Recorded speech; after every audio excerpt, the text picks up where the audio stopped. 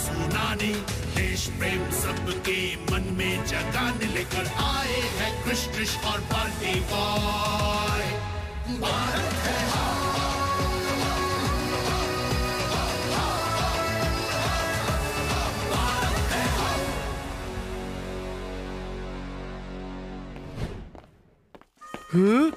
Chocolate. আরে chocolate chocolate. Wow. আরে আরে আরে প্রথমে আমি দেখেছি। না না আমি দেখেছি। চকলেট? আরে আমি দেখেছি। দুজনেই চকলেটের জন্য ঝগড়া করছে। ভাই কৃষ, তোকেও যদি চকলেট খেতে হয় তাহলে কোনো চাল চালতে হবে। আচ্ছা ত্রিশ, চকলেট 50-50 করি। ওকে 50-50। এটাই সঠিক সুযোগ। দাঁড়াও বাল্টি বয়।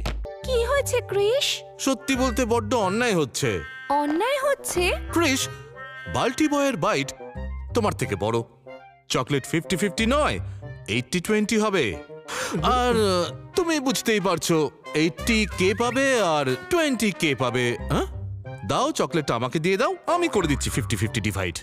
আরে তুমি ডিভাইড নয়, ডিভাইড আর লুট করবে ইংরেজদের মতো। আমি তো তোমার বন্ধু হই ত্রিশ, বিশ্বাস করতে পারো আমাকে। আচ্ছা, যেভাবে ভারতীয়রা বিশ্বাস করেছিল ইংরেজদের বন্ধুত্বকে। সব ইন্ডিয়ানরা নয়, কিছু ফ্রিডম ফাইটার ছিল, যেমন তিলকা মাঝি, যিনি ইংরেজদের ডিভাইড এন্ড রুল পলিসি ভেঙে দিয়ে তাদের সঙ্গে বিশ্বাসঘাতকতা করেছিল। তিলকা মাঝি? এই তিলকা মাঝি আবার কে? হে সংস্কৃতি, স্টোরি মোড অন।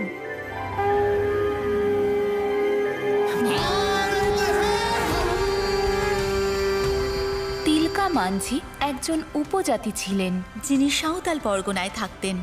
তিলকা 1750 সালে জন্মগ্রহণ করে, আর মাত্র 13 বছর বয়সে ও নিজের গ্রামের মাঝি মানে নিজের গ্রামের প্রধান হয়ে উঠেছিল। 1717 সালে ভয়ঙ্কর আকালের সময় সান্থাল পরগনাতেও খরার প্রকোপ চলছিল।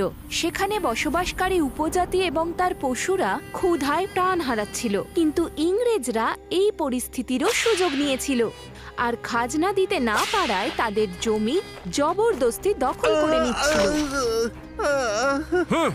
খাজনা দাও, না হলে তোমাদের জমি দিয়ে দাও। ক্ষমা করে দিন সরকার। যেখানে ইংরেজরা এত অত্যাচার চালাচ্ছিল, সেখানে তিলকা মাঝির মনের মধ্যে আন্দোলনের আগুন জ্বলে উঠেছিল। উনি লুকিয়ে লুকিয়ে ইংরেজদের আক্রমণ করতে থাকেন আর নিজের লোকেদের বাঁচাতে শুরু করেন। একদিন ইংরেজরা যখন মানুষের ওপর অত্যাচার চালাচ্ছিল, উনি নিজের তীর মৌমাছিদের চাকের দিকে তাক করেন। মৌমাছিরা ইংরেজদের এমন অবস্থা করেছিল যে তারা সেখান থেকে পালিয়ে যেতে বাধ্য হয়।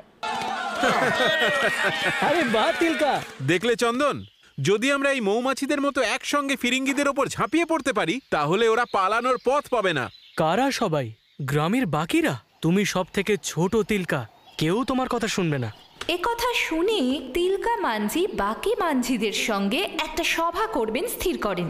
সেই মাঝিদের হয়ে কথা বলছিলেন রথিন বাবু। যে খাজনা দেয় না তাকে শাস্তি দেওয়া হয়। রথিন ভাই, খরার সময় দ্বিগুণ খাজনা? আমাদের ফসল আমাদের কাছেই 10 গুণ দামে বেচবে? এ তো লুটপাট চলছে, লুটপাট। যদি আজ এদের না আটকানো হয়, তাহলে কাল জঙ্গলটাই আমাদের থেকে কেড়ে নেবে। যাদের কামানের সামনে বড় বড় রাজা মহারাজারাও মাথা নত করেছে, তাদের তুমি আটকাবে? হ্যাঁ, কাল আমি আর আমার সাথীরা ইংরেজদের থেকে আমাদের ফসল ছিনিয়ে আনবো। আপনারা সবাই আমাদের সঙ্গে থাকুন। বন্ধুগণ, তিলকা এখনো ছোট আর অবুঝ, ওর কথায় বেশি মনোযোগ দিও না। চলো তোমরা। রথিন বাবু সব মাঝিদের সেখান থেকে নিয়ে চলে যান, কিন্তু তিলকা মাঝি হার মানেননি। উনি নিজের সঙ্গীদের ডেকে বললেন, কাল সূর্য উঠতেই আমরা আনাজপাতি গুদামে পৌঁছানোর আগেই লুট করে নেব। যখন ইংরেজরা আনাজ নিয়ে গুদামের দিকে যাচ্ছিল, তিলকা মাঝি এবং তার সঙ্গীরা মিলে আক্রমণ করে। এই আক্রমণের ফলে অনেক ইংরেজদের প্রাণ যায়। তিলকা মাঝি এবং তার সঙ্গীরা সব আনাজ দখল করে নেন। তারপর সেই আনাজ গ্রামবাসীদের মধ্যে বিলিয়ে দেন। তুই না থাকলে আমরা না খেতে পেয়ে মরে যেতাম তিলকা। তিলকা মাঝির এই সাফল্য দেখার পরে রথিন বাবুও নিজের ভুলটা বুঝতে পারেন আর তিলকা মাঝির সঙ্গে দেখা করেন। আমায় ক্ষমা করে দে তিলকা, আজ থেকে তুই যা বলবি তাই হবে।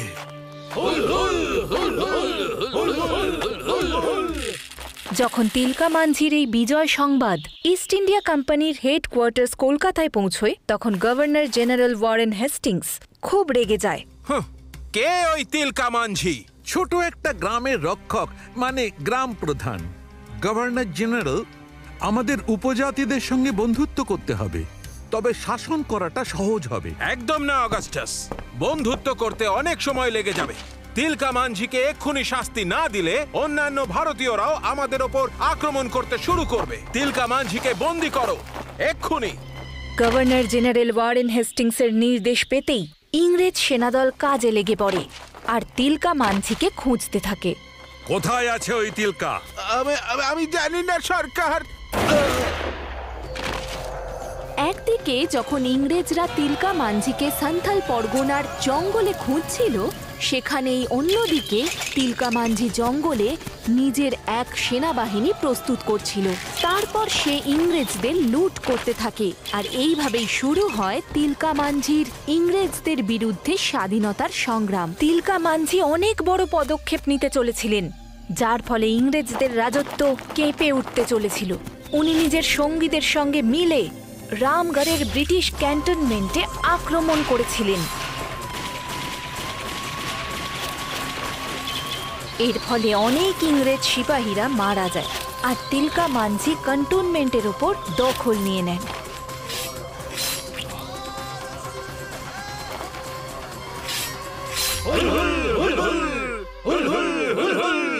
পরিস্থিতি যখন হাতের বাইরে বেরিয়ে যায়, তখন ইংরেজরা এক ষড়যন্ত্র রচনা করে। সহ্যের সব সীমা ছাড়িয়ে গেছে এই উপজাতিরা।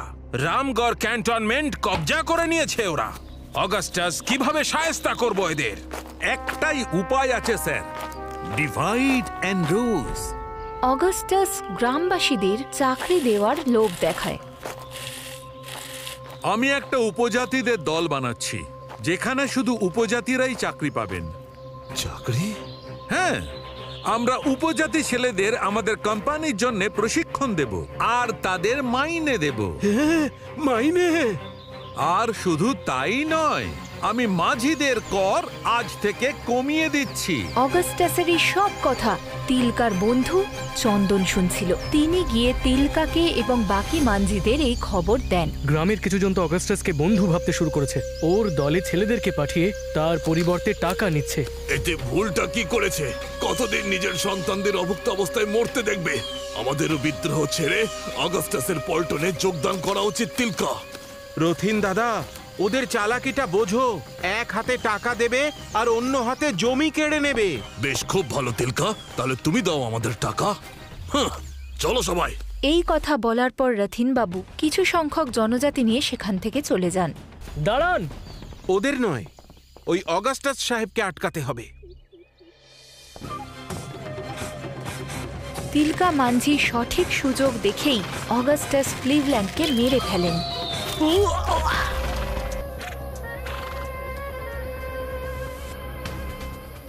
অগাস্টাস ক্লিভল্যান্ড মরে যাওয়ার পরে ইংরেজরা আবার ষড়যন্ত্র রচনা করে, আর টাকার লোভে রথিন মাঞ্ঝি তিলকার ঠিকানা তাদের বলে দেন।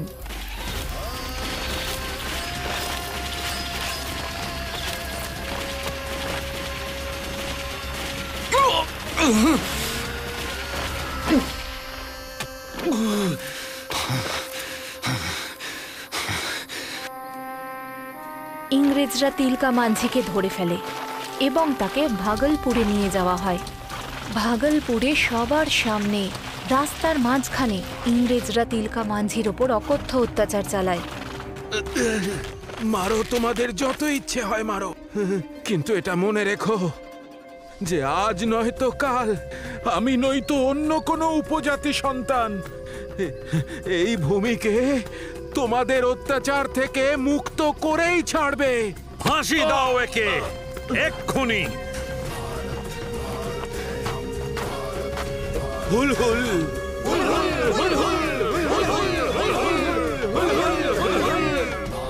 আর সেই মাঝ রাস্তাতেই তিলকা মাঞ্ঝিকে ফাঁসি কাঠে ঝুলিয়ে দেওয়া হয়। সেই দিন তিলকার মৃত্যু হয়নি, স্বাধীনতা সংগ্রামের সূত্রপাত হয়েছিল। ঠিক বলেছ ত্রিশ। তিলকা মাঝি আমাদের স্বাধীনতা সংগ্রামের একজন বড় সৈনিক। ওনার একটা স্ট্যাচু ভাগলপুর স্কোয়ারে, যেখানে ওনাকে ফাঁসি দেওয়া হয়েছিল, ওনার স্মরণে তৈরি করা হয়েছে। আর ভাগলপুর ইউনিভার্সিটির নাম বদলে দিয়ে তিলকা মাঝি ভাগলপুর ইউনিভার্সিটি রাখা হয়েছে। উনি এত বড় আত্মত্যাগ করেছেন, আর আমি সামান্য চকলেটকে আত্মত্যাগ করতে পারবো না। এই নাও ট্রিশ, এই চকলেটটা তুমিই নিয়ে নাও। আচ্ছা দাও। হ্যাঁ, সত্যিই নিয়ে নিল। এই চকলেটটাকে 4 ভাগ করা হবে। আরে এই চতুর্থ ভাগটা কার জন্য? আমাদের ইঁদুর সেনার জন্য। তিলকা মাঝি জিন্দাবাদ।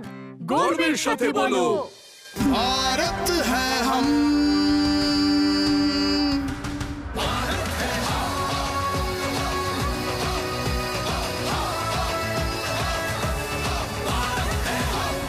বন্ধুরা, এই গল্পগুলো শুনতে যদি আপনাদের এত ভালো লেগে থাকে, তাহলে ভেবে দেখুন দেখতে কত ভালো লাগবে। দেখুন ক্রিশ ট্রিশ বাল্টি বয় আমরা ভারতবাসী প্রতি রবিবার সকাল 11টায় দূরদর্শনে। আর আমাদের স্ট্রিমিং পার্টনার হলো অ্যামাজন প্রাইম ভিডিও আর নেটফ্লিক্স। Stay tuned.